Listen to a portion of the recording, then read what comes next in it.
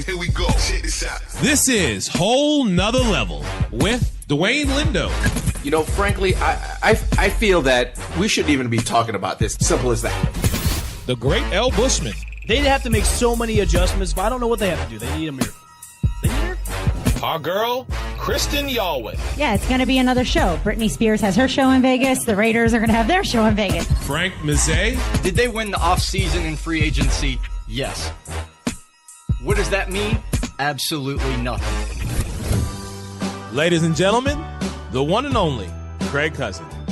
How can you not put Tom Brady number one on the Mount Rushmore of quarterbacks? Man, this guy's a legend. Rings speak. And Derek Wilson. I didn't know Eric was going to let you talk. Don't hate the player, hate the game. I've seen enough Facebook posts to know that you're not a Giants fan. Let's go. Pittsburgh.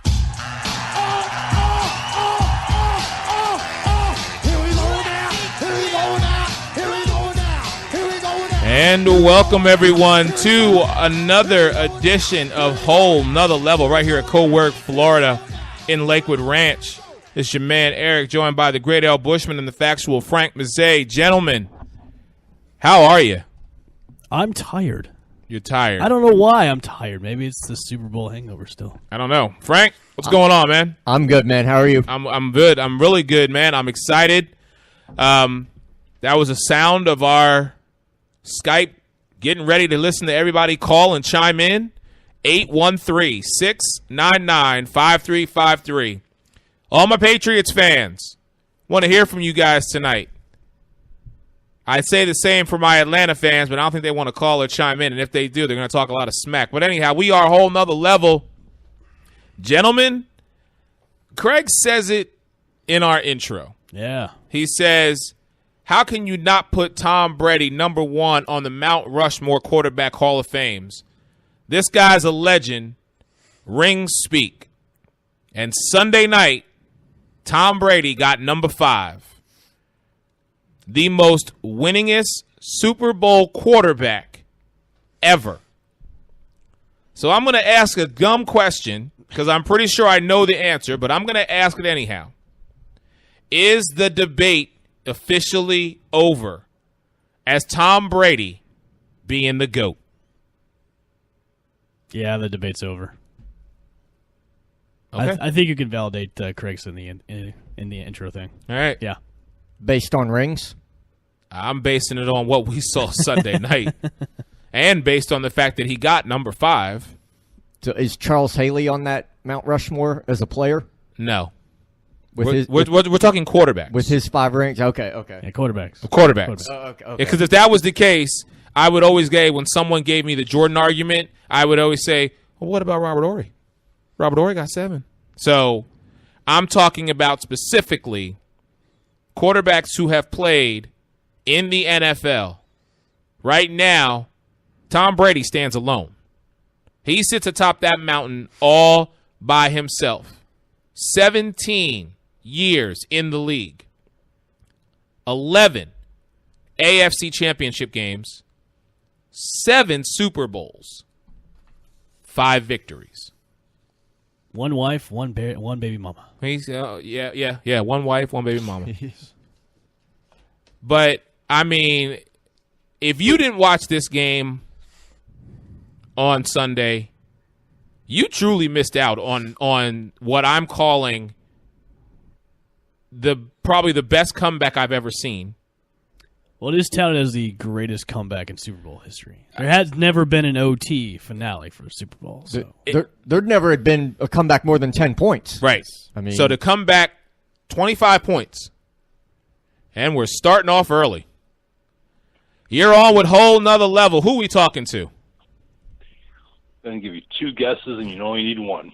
Chaz! Santa? What's up, man? How are you?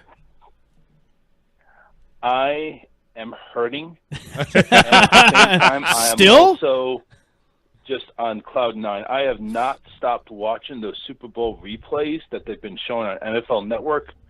And also, I've recorded the game, too, because let me. You left around what? Let me go down Sunday's roundabouts. Okay? You left around the third quarter, didn't you? No. Here's what. I was at obviously, I was at Old School. It was on the show. So I went ahead. I gathered my spot at the bar, getting ready. By the time Brady threw a pick six, I'm thinking, this is Green Bay all over again. And we're Green Bay. So I'm basically, by the way, before then, while we were doing the show, I pulled my back out. You did? So I was in pain. I did. I was actually in pain for the whole show. I was trying to get under that speaker, and when I pulled back up, I was the hunchback. Well, did you numb it down with some Fireball and some Budweiser, I hope? No, when I got home, I did. Okay. I mean, I was drinking some beer, but I got home, I started drinking. But Gotcha. the Chronicle of the Night, basically, I mean, it got so loud in there. I mean, it's like to the point where I didn't want to be there anymore. So I'll be honest with you, before halftime I left. I hobbled back to my car like I could, went home. I heard on the show, I was listening to NFL radio while they kicked the field goal, goody, whoopee. Then I heard Atlanta scored another touchdown, and then I finally got home because I live like 45 minutes away.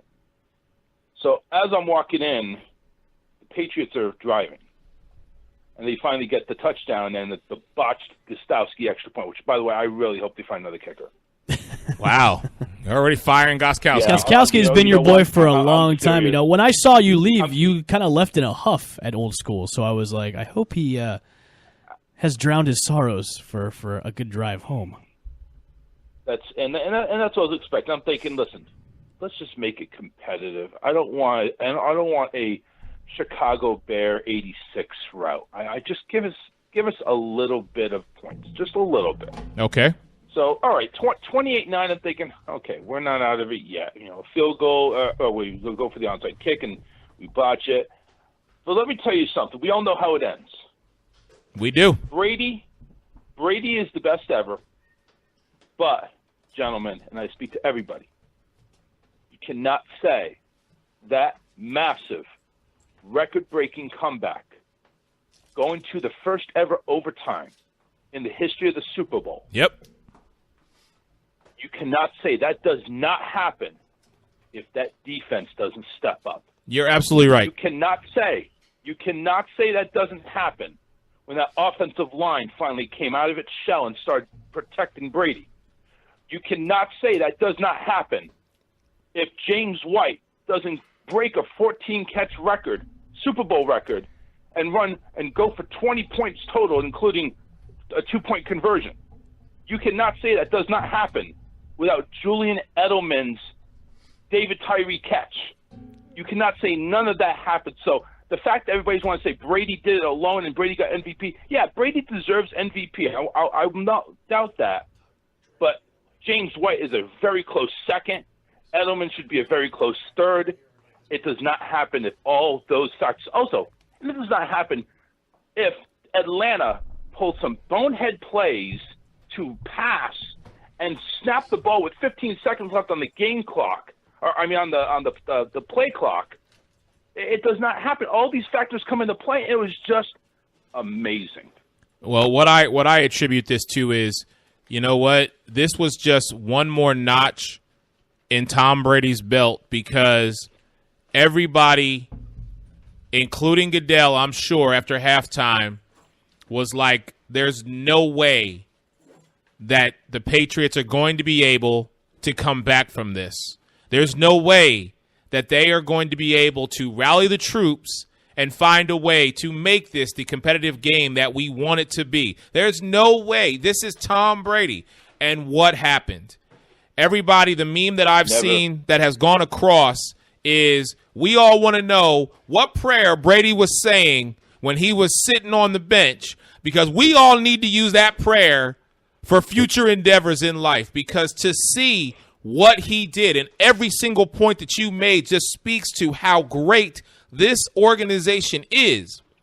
But I always will defer and go back to you and say it is because of what this man, his intensity, his passion, his drive, his heart, what he brings to the table each and every moment he is on that field. It just solidifies the fact that, in fact, he is. And right now, There is nobody else that I say is better than number 12, Tom Brady. None by far. Until somebody else goes ahead and does what he does, none, and not even close. They can go ahead and say Aaron Rodgers. No, he's not even close. Aaron Rodgers may have the potential to do it, but he's still going to do it. He's still going to do it. And by the way, I loved the handshake Goodell went ahead and gave to Brady before he went to the podium. It was basically like, hey, we're long-lost brothers. Have a handshake. And Brady's like, who are you? I thought it was pretty funny when he said to Kraft was, take your trophy and enjoy it. He's like, take your stupid trophy. Get away from me. Listen, I was the first man. Go ahead, Chaz. Wait. I got to tell you, Kraft is awesome. I don't know if he was a little bit tipsy when he was making that speech, but he knocked it head on. This is the sweetest. There have been things that have happened in the past 2 years, and everybody in that stadium, when he said that, knew exactly what he was talking about. And they say, this is the sweetest one. By the way, thank you very much, Patriot fans, for booing the hell out of Roger Goodell. I was clapping. It was a sweet transition from the boos to the cheering. Oh, yeah. As soon as he handed off the trophy to Kraft, it was like, yeah, yes, none better. Chaz, man, thanks for calling in. We really appreciate it, bro. Continue the celebration, and congrats to your team, the New England Patriots, on winning Super Bowl 51. Thanks, guys. Have a great show. All right, man. Thank you. So we go from Chaz, who is a huge Patriots fan. Our brother has decided to gracefully join us, and I was a little skeptical whether he's going to show up or not, but we got our man Nick Waycaster with us, and Nick is born and bred Atlanta Falcons, Dirty Birds all day long. So, Nick, welcome to Whole Nother Level, my brother. I am not going to be my normal self with you because I do understand the position that you are in. I applaud the fact that you took time out of your schedule to come sit in with us. But I have to ask this question to you, and I'm sure these gentlemen will chime in momentarily. Now that you've had a day to kind of reflect and let everything soak in, how are you feeling? Well, thanks for having me, first of all. I wish I was here under better circumstances, but actually, that's not the question you want to ask him. The question you want to ask him is, did you ever find out what the bet was that you bet Joe? He was just yanking my chain. Okay, all right, good. Yeah, I made out of that one all right. All right, okay. But so the question was how I feel, right? Yes, how do you feel? You're a fan. Your team has only done this twice in their entire franchise history. And up until halftime, I mean, listen, it was, dare I say, almost a foregone conclusion. It was in the bag, man. That you were going to bring home the Lombardi Trophy to ATL. Man, I thought we were going to bring the Lombardi Trophy home around the same time everybody else did when we were up 28-3. Right. But I am also, like you said, bred and born an Atlanta sports fan, Braves, Falcons. So I understand what it means like to be disappointed. Be disappointed, especially after having a great year. That's what Atlanta does. But I'm excited for the future. But I'm also very nervous about the mindset of the players and the coaches that we're retaining. Are you really looking forward to the future because now Kyle Shanahan is now going to be the head coach of 49ers, and now you've got Steve Sarkisian coming in as your offensive coordinator from Alabama? What? Yes. Oh, you didn't know about that? No. Mike? So it was announced today that Steve Sarkisian is going to be the new offensive coordinator for the Atlanta Falcons. Yeah, that was unexpected, but they've had to be looking at him for a while because everybody's known that Shanahan was going to go to the 49ers regardless of how badly under wraps that was kept. Do you think this could be maybe the last possible chance that Atlanta has to go to the Super Bowl? Because, a lot of us here on the show counted Matt Ryan out, at the beginning of the season. This could be the last year of the regression. Do you think maybe next year that could be maybe there could be a Super Bowl hangover like the Panthers and also the Cardinals kind of went through and maybe kind of go back to the way Matt Ryan was a year before last? I think it more depends on how we treat Devontae Freeman this offseason. We need to re-sign him. But I think that we won't have the same Super Bowl hangover that the Panthers did. I'm going to predict right now that we're going to come back and win the NFC South next year. You're dreaming. You're dreaming. That's a big prediction. There's somebody in this room who might disagree with you on that one, my brother. The difference between Atlanta and Carolina is that Atlanta has talent. I mean, lots of talent. You mean Devin Funches? Ted Ginn Jr.? Come on. Devin Funches has problems with dropping Whitaker? balls. Don't even look. Here's why the window is still hugely wide open for Atlanta, because you talk about Tampa Bay being young and hungry. Yes. Look at Atlanta's roster. It's a young roster. We talk about them like they're old and like, they're all about to retire and go out. Dwight Freeney is basically it. That defense has 4 rookies on it, and they're just going to get better. And look, that first half, that was one of the best tackling teams that I had seen all season. When the Patriots were catching the ball, yards after the catch, none. They were like wrapping them up, grabbing the leg right there. So they're fundamentally sound. Now, their inexperience showed. I mean, rookies can do a lot for you, but they can also screw up a lot for you. Exactly, cause you a lot of headaches. But it's just going to get better. Hooper is a rookie, I believe. Coleman is only in I believe this is just his second year, so you're going to have him. Matthews at left tackle, second, third year in the league. I mean, they're young pretty much all the way across the board, and Matt Ryan's only 31. So, it's going to be more about the mindset and everything, but from a talent standpoint, and look, I didn't know about the Sarkisian thing, but Steve's a hell of a play caller. I mean, he's even in college and everything. I mean, his play calling abilities have never been questioned. All right, it's a lot of other things. That national championship game, I don't know. I think all right, so people were questioning that one. 35 points. It's hard to blame the offensive coordinator when you put up 35 points. Very true. All right, so Frank, you and I are the two objective ones here. So let's eliminate the Great L. Bushman and Mr. Waycaster here for a second. Okay. Because we're both in the NFC South? Well, because I know if I ask this question, I know what the answer is going to be. My question is, I want to crystal ball this right now. Yeah. And we can always come back to this later, and we will when preseason hits. But let me ask you, right now, who do you think, based on what you've seen this entire year, who do you think is going to come out of the NFC South? If you had to pick one team, I already know Nick's going to say the Falcons. Great L. Bushman's going to say the Bucks. But I want your words wisely. But I want to ask you, yeah, and then I'll give you my response as well. I was thinking about this today, and I already had the Falcons making the playoffs next year. Okay. And I also had the Bucks. So one of them is going to get a wild card, and one of them is going to win because look, Carolina is still probably going to be what they were this year. Okay. I mean, I don't see them getting any better, and I'm not a big believer in Ron Rivera as a great coach. So, and Shula, their offensive coordinator, I mean, no, they're going to be about what they are. New Orleans still has no defense. They're going to score points. Drew Brees, they're going to waste the last few years of Drew Brees' career, basically. He'll probably throw for 5,000 yards again and probably win 6-7 games yet again. So I have those two. Look, a lot of it is going to depend on how Sarkisian blends in there. They were commenting about it on the game. The Atlanta wide receivers, they ran really crisp, precise routes. Like that's coaching. That's Kyle Shanahan, drilling that. The wide receivers coach. I mean, they were fundamentally sound. Actually, on both sides of the ball. I mean, right. And I'll give Dan Quinn some credit. I mean, that team looked very well coached and very well prepared. But I do like the fact that Tampa has continuity. Another year, Mike Smith still being there, I believe. Dirk Cutter, they're up and coming. I mean, but again, for them, defense, what are they going to do with Doug Martin? You're going to get help from Mike Evans. Look, I still give Atlanta the nod just because of the weapons that I believe are still going to be there. Okay. Mohamed Sanu's not old. They got Gabriel. So from a talent standpoint, I still like Atlanta's offense and another year for that defense. I love Deion Jones on that defense. I mean, you can see that they want that Seattle model that Dan Quinn had. And right. Some of those guys, are going to be one day maybe at that level. And they didn't have Trufant, who was their best corner, who got hurt this season. So, I still give Atlanta the edge from a talent standpoint. So I'll go them and Bucks wild card. Okay. You're dead to me, Frank.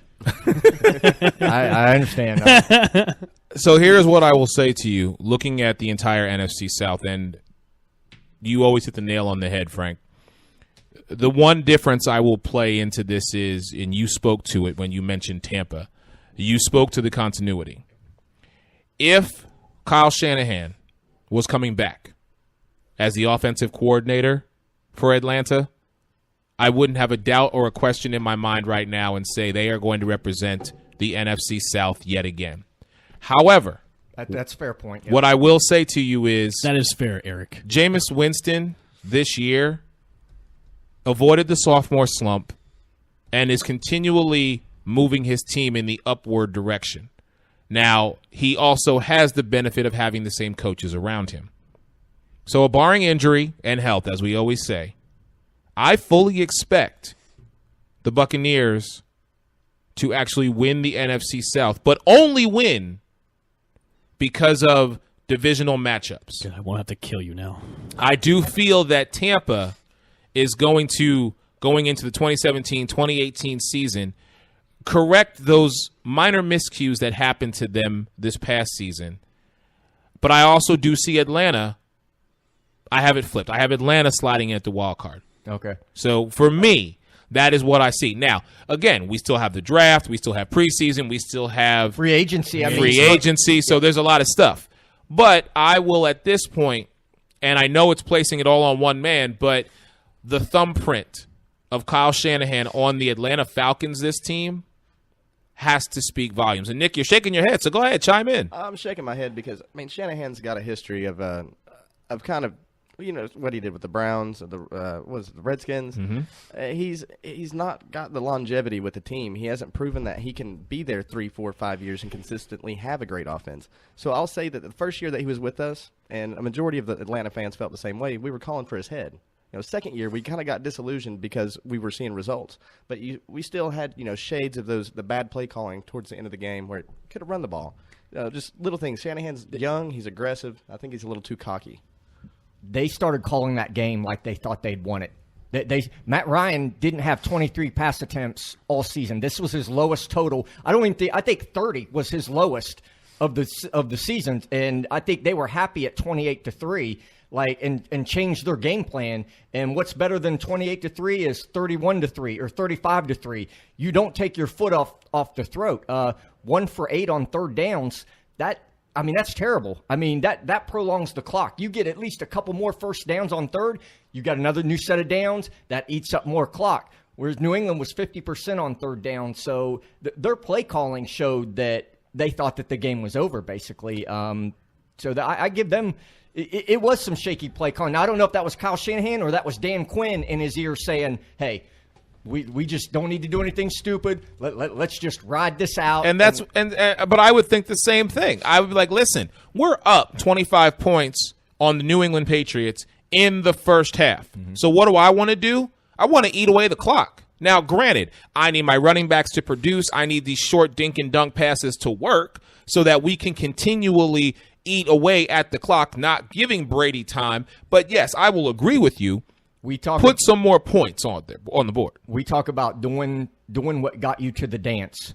What got Atlanta to the dance was throwing that ball and just wide open, going for it. And they went tight, they went conservative, and that's not what got you there. So, it's easy to second guess because if they'd have thrown an interception or something, then everybody would have been like, well, why were you throwing the ball? You had a 20, 25-point lead. But that's what your offense was. That's who you are. That was your dynamic pretty much the whole season. And then to switch that, just showed 4 targets at Julio Jones. He had 87 yards on 4 catches. And four times? Look, some of those throws, he wasn't even really that open. He was just getting them because he's Julio. So, right. Put that ball up there. Just see what he can do. So, while I'm not taking away from what Brady did because, damn. To do that, the drives, 91-yard drive, the 2-point conversions and everything, but both of them. Both 2-point conversions. They were helped. The first one, which was the trick play, I was like, okay, I got that one. But the second one, there was so much skepticism about did he, in fact, cross the plane, before his knee went down and people were looking at it and everything. To watch that happen, because everybody knew what needed to be done. Yeah. I think it was the fact that Brady went out there and executed, just his game plan and did what he needed to do. I'll throw some credit to Bill Belichick because he didn't change his game plan. No. They kept running the ball. I mean, like, they were down, like, a lot, and they were still running the ball, and it's like, dude, you got that Andy Reid, clock management thing going. Like, you think you have all the time in the world, and you never saw him get – all you saw when the camera went on Bill Belichick, like Julio Jones would make a big catch, you just see Belichick making a little note.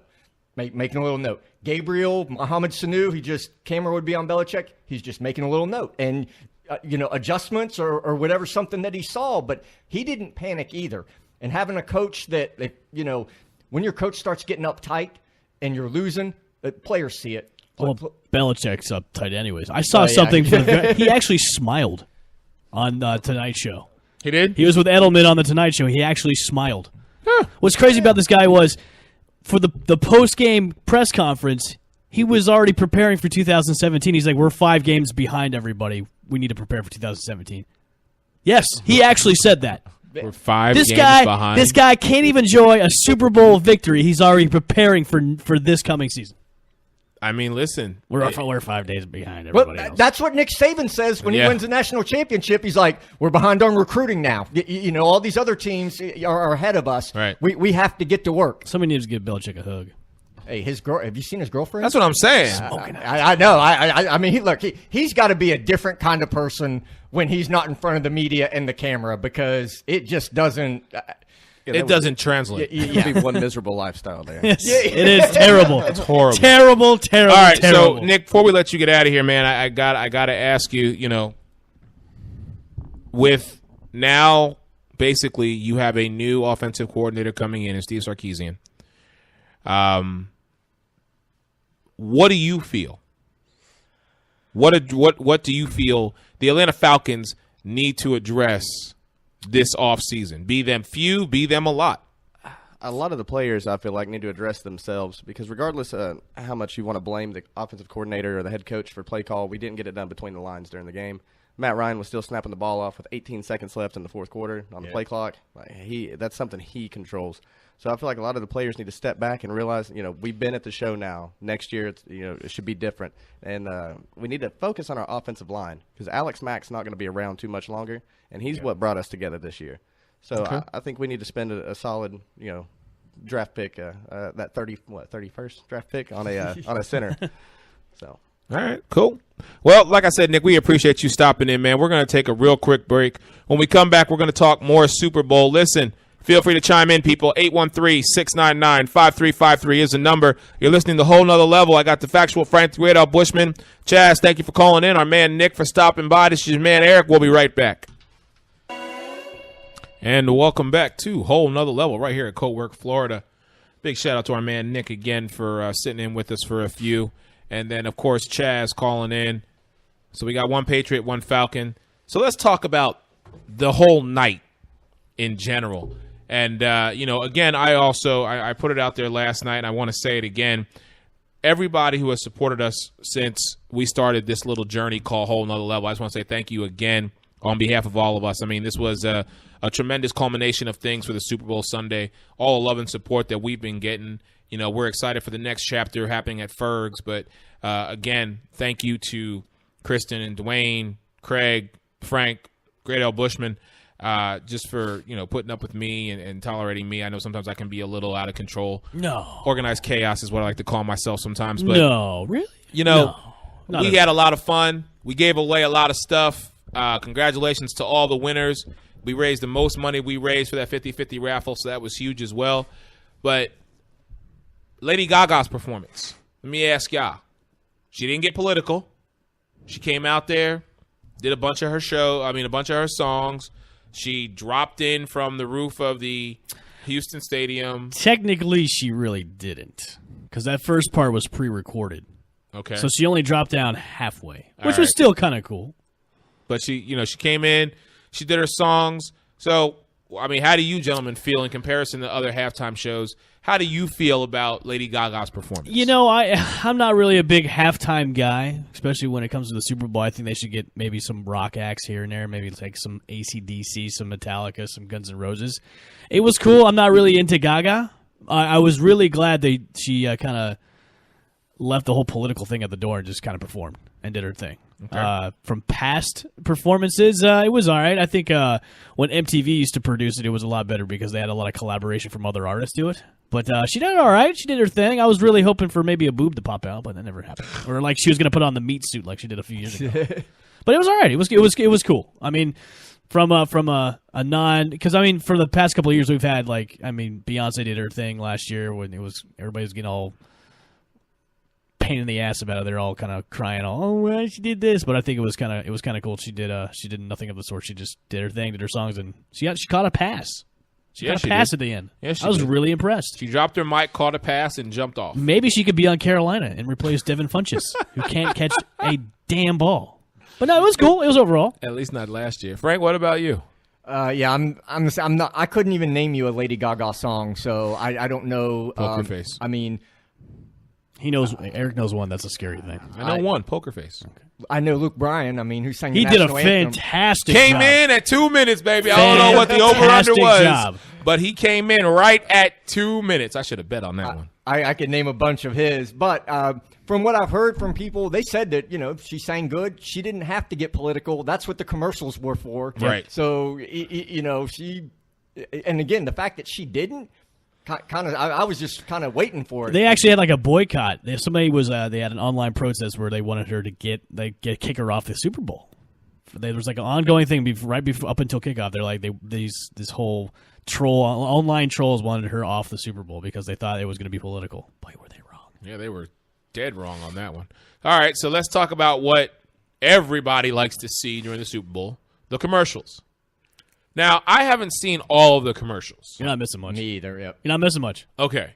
This was actually the first year the game was better than the commercials. Wow. Yeah. Now, I heard the Melissa McCarthy one was really, really good about protecting the animals, saving the animals, and she was going all over in what, it was a Honda? See, I didn't see that one. I saw her performance on Saturday Night Live when she was making fun of Sean Spicer. That was hilarious. I didn't see that one. That was awesome. But the commercials I saw, I like the Honda one where it was the yearbook one where they had all the celebrities that were younger. Yeah. That was really cool. That was really cool. That was really cool. And then the Mr. Clean one was a bit much. Yeah, I heard about this. It was really weird because they had him in hot pants and he was like salsa dancing around this lady's like kitchen and he was like trying to seduce this mom.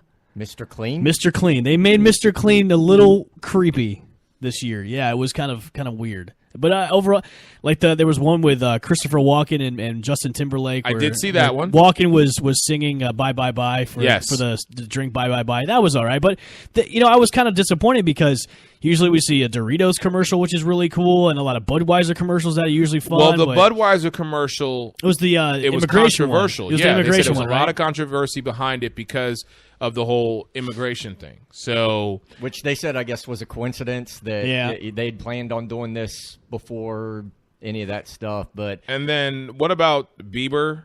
That was all right.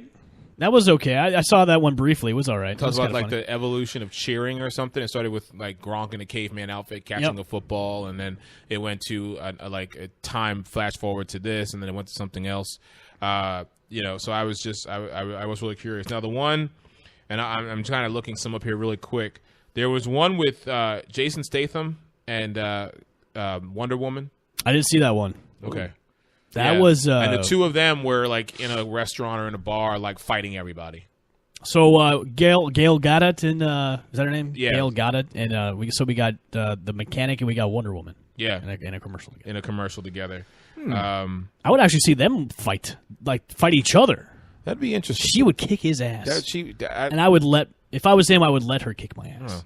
So all right. It's Wonder Woman. Which was I heard there was a Tom Brady commercial where he took a jab. Was that during the game or was that afterwards? I think that was after. I think that might have been after the jab that he took at Goodell. Okay, because they said from what I read that he did that commercial before the Super Bowl, which may or may not coincidence. be true. Yeah, interesting. Well, they do a lot of stuff, and then depending on what happens, probably did both. Like hey, if you win, we show this. If you lose, we'll show this. The theme of the commercial is basically like the 84 lumber, because when I think of 84 lumber, I think of love and can't we all just get along? Yep. I didn't go to the website to see how the story ended. But that to me was kind of the theme of the commercials. It was kind of like, we love everybody. Yeah. And I remember it was that Coke commercial that they had, if I could be, that the one real original Coca-Cola commercial. And a lot of people were trying to boycott Coke. It's like, Coke is delicious. Don't boycott Coca-Cola. I don't drink dark soda. Why not? I just don't. You're missing out. Not even a Dr. Pepper? No. Mr. Pibb? Nope. God, you're missing out. Water and coffee, pretty much, and beer. That's I drink ginger ale. Oh, okay, that's okay.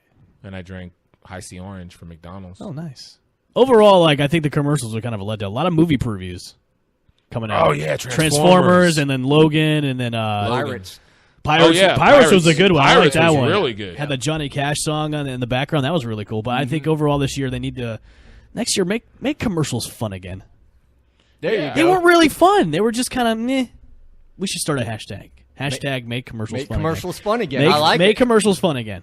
You heard it here first on Whole Nother Level. We're going to put it on our Twitter. Make commercials fun again. Make commercials fun again. So overall, I think as a whole the game was just entertaining. It was actually the first Super Bowl was entertaining since the Seattle Patriot one. That was a few years ago. Oh, Morgan Freeman did one. I forgot about that. He did. One for an airline. Make sure you fly JetBlue. It wasn't JetBlue. We've got comfortable seats. Andy Dufresne. Here he goes. You didn't know that Goodell Bushman could do Morgan did not, Freeman. no. He does a couple. He does a couple good ones. He does. He's sitting watching the Super Bowl. I miss my friend Andy. And I missed Gaga with my friend Andy Dufresne. Gaga. Anyhow. Oh, my goodness. So, all right. I mean, really, the Super Bowl is it right now. Do you realize there are people Oh, you got basketball, huh? crying because football is over? I am crying because I miss playing fantasy football. That's what I'm crying about. Got to get ready for the draft. Yes. That's the next fix. That's the next score for all the football junkies is going to be the NFL draft shows. Yes. I mean, it's just crazy to think that we as a society, from February till August, it's like, what do we do with ourselves? Those of us that are just football fiends. Actually, I'm okay addicts. with taking a break for a few months because baseball is coming up, and that's Well, no, I mean for us, yeah. for a whole nother level. Listen, there's another sport right now that we can start talking about. I mean, of course, NBA is going on right now, but in roughly a little over a month, we got March Madness. Yep. So, I mean, that's going to be pretty much our topic, and that's going to roll us right into opening day at Ferg's, where we're going to be at Yankees versus the Rays, April 2nd. It's a Sunday. Everybody and their grandmama going to be there, and guess what? So will Whole Nother Level. And, I mean, it's just going to be such an exciting it's opening day for baseball. And what I'm really, really excited to see is, where the Lightning are going to be at this point. We don't want to know because right now they suck. Doesn't mean things can't turn around. No, they're terrible right now. Okay. So many injuries on that team, and they're just playing like crap. No defense whatsoever. Right, well, They're just sounds playing. They need a wing and a prayer to get in the playoffs. Oh, sounds like the Orlando Magic. I mean, Orlando Magic, they need a wing and a prayer. I don't know how good they're doing this year. Well, not very. Not Exactly. very well. Yeah. So, all right. Well, in any event, I mean, we're rolling into March Madness. We're probably going to take some time, just kind of step away from the mic for a minute, just to kind of rejuvenate ourselves and get ourselves ready for baseball season. But I mean, I'm looking forward to March Madness, the brackets. Yep. We got to get a board. We can make that happen. Yeah, we got to get a board and make sure we put that up. Now, are we going to do both men's and women's, or are we going to do just men? I think we should concentrate more on the men's because women's, it pretty much Connecticut wins it all every single year. Yeah. So and even if you look at the brackets, all you have to do is pick the higher seed on the women's side. Yeah. And you're right. Okay. There isn't really any upsets when it comes to. I said I was going to do it last year, and I'm going to do it. This year, I am picking 3 upsets. And the men's or women? In the men's. Okay. No, not the women's, because I agree with you, gentlemen. I was just asking. But in the men's, I'm taking 3 upsets in the first round. Ooh. This year. Are you doing any 16th seeds over a number 1, a number like a number 3? I gotta see who gets in. You know what I'm saying? But 15-2s. Yeah. I mean, 12 and 5s. Yes. I mean, it happens every year. 15-2s, 12 and 5s, or 12 and 4s. No, 12 and 5s, and then 11 over a 6. Okay. Something like that. I'm telling you, if there was ever a season where I said to myself, don't be that guy to think that all the higher seeds are just going to dominate after what we've seen from like a FGCU and I mean just some of these other schools, I'm doing it. It happens every year. It so does. It's just a matter of which 12-5. Right. Those are but you know it's going to happen. You can pretty much bank it that a 12 is going to beat a 5. Yeah. Maybe more than one. It's just which one? Exactly. So when we get the brackets, and we definitely want to get our board, we're going to need more than one board. No, we're going to get one big board. Okay. It can happen. I'm just saying because, I mean, as these teams start to get themselves in position to get into the tournament, whole nother level, we're definitely going to be in the building. We're actually, and I don't want to put this out there and get everybody excited just yet, but in the next week or so, we are going to be speaking to possibly one of our sponsors, Oak and Stone, who, again, big shout out to Anthony for hooking us up on Sunday at Old School with his gift certificate. And I'll run down the list before the show's over. But, I talked to him today, and he was like, listen, they're starting to make a lot of moves and looking at different locations to open up. But he has not. He said to me specifically, I have not forgotten about you guys. I like you guys. I just need to get with my team so we can get you in here. So, but cool that's with me. going to be, yeah, I'm definitely down to do that. Sorry about that. What the hell? How to win at business. Yes. You want to give a class? No. Oh, okay. All right. So, I mean, aside from Brady winning number 5. He can retire right now. He Why- should definitely think about maybe Why are you retiring. get out of my head? That was sorry. exactly what I was going to ask you, Jim. Garoppolo will take over. Well, Garoppolo's going either Cleveland, Chicago, or Arizona. Something with a C. We already said that. Arizona doesn't have a C. But Cardinals. Need to say Cardinals next time. Whatever. My point is, do they, both Belichick and Brady, come on, man. What left is there I for them to do? say go for number 6 and then go as long as, because look, Brady's 39 right now? He is. Yeah. And the guy looks and plays like he's 29.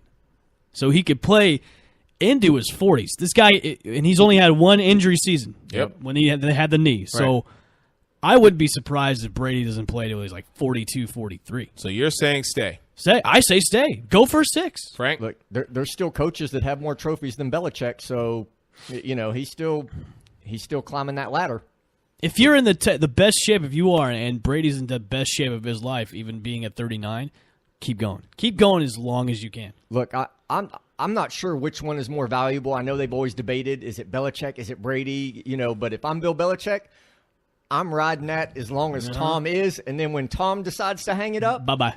I might be like, See ya. hey, guys, hey, good luck to whoever follows me. You got huge shoes to fill, let me tell you. You never want to be the guy that follows the guy. You want to be the guy that follows the guy that follows the guy. Yeah. I really do think the Patriots do need to consider, getting that heir to the throne when he leaves. But I don't see Brady leaving anytime soon. It's going to be Josh McDaniels. There may As be quarterback? Oh, I thought you meant. You know what? I wouldn't be surprised if Daniel stays there. And when are you going to leave, Bill? Come on, I want to take Right. this team. But no, if I was Robert Kraft and Bill Belichick, I would say let's start looking just in case, because you never know. Brady'd be like, I've got 5 rings, I've got a hot wife, I got 3 kids, more money than I could imagine. I'll retire, and you can retire on top. Right. Go out on top, man. That's what I'm saying to you. No one right now is in a position to be close to his record of 5 rings. Okay? What? Roethlisberger has 2. He has two. Aaron Rodgers has 1. Some of these quarterbacks have 0. So there's Eli has 2. Eli has 2. There's only 4 quarterbacks in the league that have rings. So, Right. I mean, it's not like, it's a big fraternity.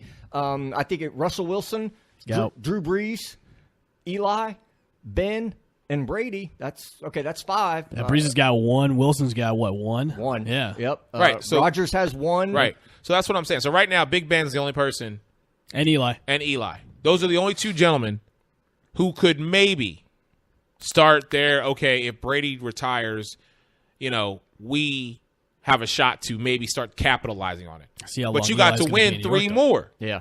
You know what I'm saying? Yeah. That's why I'm like, no one right now is coming in and going to take the next. Russell Wilson might have the best shot just because he's the youngest. Right. And he's basically just getting into the league. Just a couple years. So from a longevity standpoint, the odds are in his favor more than I think the other guys. I agree. So that's why I'm saying to you, just, you know what, ride off. You're 39. You've got 3 kids. You've got a model wife. Nah, screw that. Give me Super Bowl 6 and 7.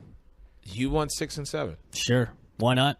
I would say why not? You're in the best shape. You just won number 6. Keep going. Keep going as long as you can. Make Goodell have to hand you that trophy one more time. A couple more times. Because, you look at it this way. Granted, we've all kind of considered, and everybody else now, he's the GOAT. But then just keep certifying yourself as the GOAT by winning championship after championship. If he gets 6, that would tie Jordan. And to think that we would actually have a basketball player and a football player with the same team. That magnitude with the same team to capture the same amount of titles. Eric, the crazy thing about it is, right now, what AFC team could challenge the Patriots? Right now. Oakland. Derek Carr healthy? Oakland. Yeah, but that's if he comes back healthy. With what team? And they might next year. Their defense is still suspect too. So what team right now could challenge the Patriots? It's to me. If I had to pick right now, I'm going with the same AFC Championship as this year because at least Pittsburgh gets Martavis Bryant back next year. Okay. So you have another weapon with Antonio Brown. Ladarius Green comes back. The experience that Jesse James got, but that defense has to get better. Look. Not to go back to the Super Bowl, but Atlanta, at least, they know they have a young defense. They still played some man. Now, granted, they got torched on it a little bit, but they didn't just sit in a zone all day like Pittsburgh did. You got to at least make it look like you're trying to do something different. So Tom at least has to, what are they doing? As opposed to, let's play the same scheme over and over. You in that zone again. Yeah. I still say Derek Carr is going to come back. I feel he's going to be the same Derek Carr that went out with the broken fibula. But I really expect another year. You talk about continuity. Another year of this team developing themselves, working in the offseason, the chemistry, the dichotomy of it all. I say to you, Oakland right now, with Derek Carr at the helm, I think is probably – and I'll give Pittsburgh the nod as well, but those are the only 2 teams. Okay. Look, if Houston had a real quarterback, of course, they would have a legitimate shot. Okay, if Houston gets Romo, I'm gonna tell you right now, if Houston, and y'all know how I feel about him, I feel he needs to ride off and retire. Yep. Too many injuries. Yep. But if Houston is able to protect him, Houston is going to dominate next year. You got to pull. Look, I know it's easy to say because it's not my money, but with Bob McNair's got a whole lot of money. I know he doesn't want to throw $38 million down the drain, but come on, Bob. $38 million to you is probably. I'll throw $38 million down the drain if you get me a quarterback who can get me to at least to the divisional round. To the conference championship. You got to move on. Look. Jimmy Garoppolo knows that Bill O'Brien runs that same offense in Houston. Yep. It's that New England offense. So I'm just saying, from a learning curve standpoint, hey, come on in, Jimmy. They already threw away 72. What's another 38, right? You know the offense already. You know the terminology. Just come on down. Because their defense was good. Their defense didn't give up all those points in the Patriots playoff game. And they've got weapons. They've got plenty of weapons. They would be a legit contender to New England if they had a quarterback. Listen, I'm going to tell you right now, if that happens, if Jimmy G goes to Houston, I'm taking DeAndre Hopkins. He's my first pick in next year's draft. Oh, and Fuller. For fantasy, for fantasy, DeAndre Hopkins. I know I shouldn't be giving away my pick, but I'm telling you right now, I'm taking him. I would not take him first round. I would. He'll drop to second. No, whatever. Not first. He'll be my first pick. Not first. You know who's happy about DeAndre Hopkins' year this year? Bob McNair because they're trying to redo his contract right now, and they'd be like, man, Andre, well, your numbers have gone down a little bit here. Yep. I don't know if we want to give you all that money. Now, it's not He's really, going to get his money. Don't worry. He's going to get his money. It's not his fault, but you may be able to use that and be like, because teams are going to bring that up and be like, man, you didn't have as good a year as last year. That's the leverage point. All right, gentlemen, last order of business before we get out of here. Let's talk a little baseball since we did it Saturday at Fergs for Rays Fan Fest. And again, big shout out to Mark Ferguson for letting us come and do it. We had a great time. We look forward to seeing you this MLB season. So I printed this up for you guys because we were all giving our thought and predictions on what we thought our respective team was going to do. I never knew you were a Toronto Blue Jays fan. Secretly, Okay. Luck of the draw. But anyhow. You did good, though. I did. You did very well. Thank you. I appreciate that. But here are the projected standings. Boston with 97 wins, Toronto with 86, Orioles with 83, Yankees at 500, 81, and the Tampa Bay Rays with 70. Now, who is this from? Because I saw something different today. You did? I did, because I saw the Rays in third place with 82 wins, and then Yankees and Orioles would flip-flop. Oh, so the Orioles finished last. Yankees, yeah, and there's one where the Yankees finished last, but they had the Rays up at third. Oh, at okay. 82 wins. I you know what? I'll be honest with you. I don't remember exactly where I pulled this from, but I wanted to get your gentlemen's thoughts on this based on what we talked about Saturday at FanFest and what we're now seeing. Is this Great Old Bushman? Try to be objective here. I will. I definitely will. Is this accurate? For the most part, Boston, yes. Okay. Let me get into the Blue Jays. They've got their offense is it's what it's always been. It's been a power offense. Yeah. Now the only problem is Encarnacion was part of that big three with Bautista and Donaldson. When you're bringing in Kendry Morales and Steve Pearce, it's like Moneyball. You're trying to bring in two players equal one player. Yep. They're all right players, but these guys are batting like 240, 250. When Encarnacion was batting over 300, he had like 40 dingers last year. So to replace that guy with these two guys, and that outfield is a terrible offensive outfield. I mean, Melvin Upton Jr., this is a guy's a lifetime 220 hitter, and when he was with the Rays, he was terrible. I thought you said he'll always be BJ to you. Well, he's on the. This is the first time I heard you call him Melvin Upton Jr. Yes, I know he'll always be BJ to me, but still, I with what they have an overloaded outfield, and the bats don't. They're not going to equal the runs they had last year because they're going to miss Encarnacion in that lineup. Now they did get a little bit better in their bullpen. I will say that. I mean, with the loss of R.A. Dickey, he stepped out. Putting in Francisco Liriano, it's a good deal, but what kind of Liriano are you going to get? Are you going to get Liriano when he was with the Pirates, when he did really well, or are you going to get Liriano who, after Tommy John surgery, did very bad and was out of the league and in the minors? Right. So their bullpen did improve with J.P. Howell. I mean, he's a good left-handed pitcher. He's a power left-handed pitcher who can be a setup guy. He can also be a closer, too, because he did it in L.A. With Baltimore, and Frank, you said it best, they've got a good – they're just like the Blue Jays. They're really good on offense. Their pitching is just terrible. With losing Ubaldo Jimenez, yes, that's going to be a big thing with missing him. They had one good pitcher last year, and it was Chris Tillman. And you need to they re-signed Chris Davis. Chris Davis is a strikeout machine, and his numbers have gone down. So, and I was really surprised. In the past 2 years, the Orioles have done this. They've done nothing in the offseason to improve themselves. And I think Showalter just hopes on maybe we can reclaim the magic when the year after we beat the Red Sox on the final day of 162, we'll have that huge year and we went to the playoffs. It's not going to happen again. No, I mean in their farm system, there's nobody coming to save the day. Nope. So it's basically you got older guys that are all power hitters and strikeout machines, like you said. You have a mediocre rotation at best, and that's probably being nice.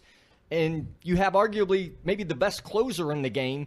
And a bullpen that can win the game for you if you just get to the seventh inning. But that's going to be the problem is how many runs is that rotation going to give up? Because, if Baltimore runs into a good pitcher, I mean, look, Toronto led the AL East in ERA. So, if their pitching gets a little bit better, but that's why Baltimore, to me, just can't contend. You have to have some young stuff. The Cubs. you got to have some studs that are like 21, 22 coming in to mix in that can really play. And, the only guy with the Orioles really, and he's not even that young anymore, Manny Machado. I mean, he's younger. I mean, he's younger than some of them, but that's basically all you got. I would also look, the Yankees might surprise a lot of people this year because all the prospects they got back from the trade with Chapman with the Cubs, but then you come back and you get Chapman on free agency. That's huge, right? Because not only did you get a big return off that, you get the guy that you traded away back. The Andrew Miller haul that from Cleveland. Huge. They said that they got amazing prospects. So that's why. I mean, look, I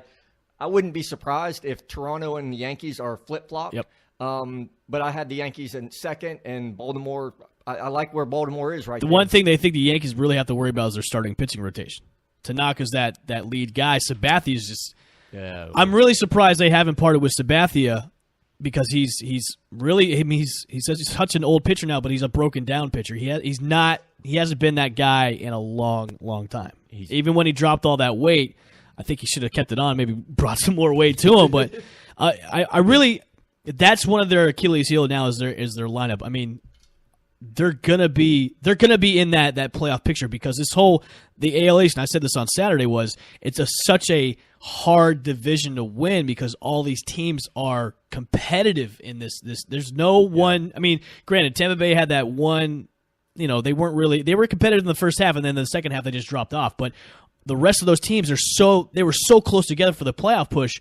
It's like, okay, who's gonna win the AL East this year? And look.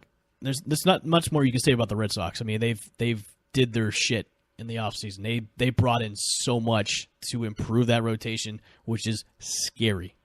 So you guys are okay with? I'm okay with this pains. I'm going to be objective here. I'm going to be a non-Rays fan. I'm okay with the Red Sox winning the AL East. Yeah, because I mean, look, their pitching wasn't really that great last year. Their offense is what was helping them get a lot of things done, and now that they have a good starting rotation with Chris Sale at the front. I mean, that's because what you can do instead of having Price as your number one, you could put Sale as number one, Price as number two, and then Porcello as a number three. And then when they got Kimbrel from the Braves, he's a good closer. Holy crap! They've just got a closer for life with this guy. Okay. So I'm okay with the Red Sox winning the division in this, and then going with the Rays. It's a head scratcher. Why, out of all the guys you bring back, is Logan Morrison. Out of all the guys, he's a terrible first baseman. He looks like he has a frying pan in his hand when he plays first base, and he doesn't like getting ground balls. It pains me when they make moves like this when there were so many other guys to go get, and they have the money to do it. Like you could have gone after Mike Napoli. He just signed today with the Rangers, of course, for a 1-year deal. But you could have gone after a guy like that. Chris Carter is still available. Now, granted, he's a strikeout machine like a Chris Davis, but he can still put up, home runs. And that's what they still need. And he's still available. So they can maybe go out and get him. But to bring back Logan Morrison, it's like, dude, we saw what happened last year. Why do the same thing? And there's plenty of guys in their farm system. There's a kid named Casey Gillespie who's raking it in Durham right now, who's batting over 300. He had 24 home runs last season in Durham. You could take a chance from a guy that's MLB ready and bring him up. Because what else do they have to lose? They won 68 games last year. Right. What do you have to lose? Right. Yeah. And you can get him as cheap, and you have so much control over him. Bring him up instead of wasting money on a guy that just was so bad the first half and then got injured the second half. Why? I don't understand that. They must have saw something in him. What, we don't know, and time will tell. I'm just saying to you, they had to see something in him. Cheap. For them to. Yeah, I guess. But why not? Why not? To the great Al Bushman's point, you've got somebody in your farm system. That's what I'm saying. That maybe this guy they just looked at and like, well, we don't have to pay this guy that much money. They're so afraid of just bringing guys up and taking chances. They like to go out and get these stupid moves that they play with Pat Burrell brings to mind. This guy, he raked it in as a first baseman. I think it was an outfielder in Philadelphia with your Phillies. Yep. They bring him in, and he was just terrible, wasted money. They're so gun shy about bringing guys up and not taking chances. So I don't know. We'll see something throughout the season, but the rotations will hopefully be a lot better. I think they'll have one more trade in them depending how the season goes because they've got Brent Honeywell they can bring up. who's major league ready, and he's a really good pitcher they have down in Durham. Who we'll see go it's a toss-up between Archer and Alex Cobb. I think Cobb will probably go, though. Really? Yeah, because he's their frontline guy right now. They could get a good. I mean, look, you can get a good haul out of him. They could get a lot of good prospects and stuff. How many years? Where is Evan Longoria at on his contract? Because I know didn't he resign? He did the 10-year, $100 million contract, and I think he's halfway in it. Okay, all right. So, to me, trading him away, and I mean, his last year was his best year in a long, long time. Yep. And he's the face of that franchise. If you trade away the face of your franchise, you're going to trade away all your team, all your fans. So keep him as long as you can. I thought he'd only signed a 6-year deal. It was back then. It was a 10-year, $100 million deal, which he's. I think last year he played exactly how they wanted. If he played like that from the time he signed that deal, I think the Rays would have been a lot better previous years. But it's too bad. Like the 1 year he had a career year, they're terrible. Yep. So, this is a Rays team that's got a lot of questions because they got a lot back from the Drew Smyly trade. They beefed up. I don't know why they keep bringing in outfielders because they got so many of them. God. I mean, you bring in Kobe Rasmuth, who's a great outfielder, but his bat's terrible. I mean, he can cover for Kevin Kiermaier here and there when Kevin Kiermaier just keeps running into the wall. But, hey, he's a Gold Glove winner two years in a row, so what do I know? Yeah, I'm saying you can't argue that point. I think this is a team that's not in rebuilding mode. A lot of people saying they have rebuild. No, they're not. Okay. If they're in rebuilding mode, they would have traded everybody away. So this team might surprise a lot of people. I'm not going to say they're going to contend just yet, but they're not going to be in the cellar this year. Okay. Fair enough. With that, we're going to take our leave for today. As always, great show, gentlemen. Really appreciate it. Thanks again to Chaz for calling in. Thanks again for Nick stopping by, talking about the Super Bowl, of course. Ladies and gentlemen, we're going to take some time off. You probably will not hear from us until, I'm going to say, what's today, the 7th? Yes. Whole Nother Level will be back in the building on the 21st. We're going to take about a week and a half off. Well, we might do a special live remote from Port Charlotte. Oh, that's right. Because remember, we're going to go to training camp. Yes, we're going to training camp with the Rays. So we might do a special kind of live remote kind of deal. Yeah, we'll lock that in. We'll definitely keep you updated. Check us out on our Facebook page, and we'll definitely let you know where we're going to be at. So for the Factual Frank Mazzei and the Great Al Bushman, this is your man, Eric Wilson, and we'll talk to you soon. And until then, we have taken you to a whole nother level. We'll see you next time.